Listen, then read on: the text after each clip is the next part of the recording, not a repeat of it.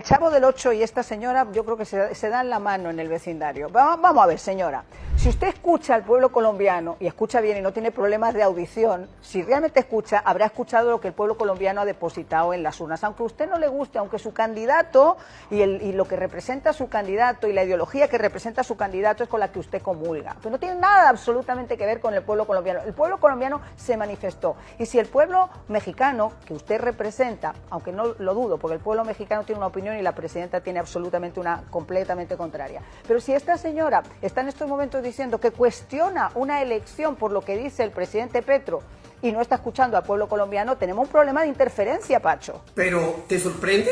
No, a mí no me sorprende. Claro, lo que me sorprende es que tenga el rostro pálido de ponerse todavía como el que, mira, sin querer queriendo.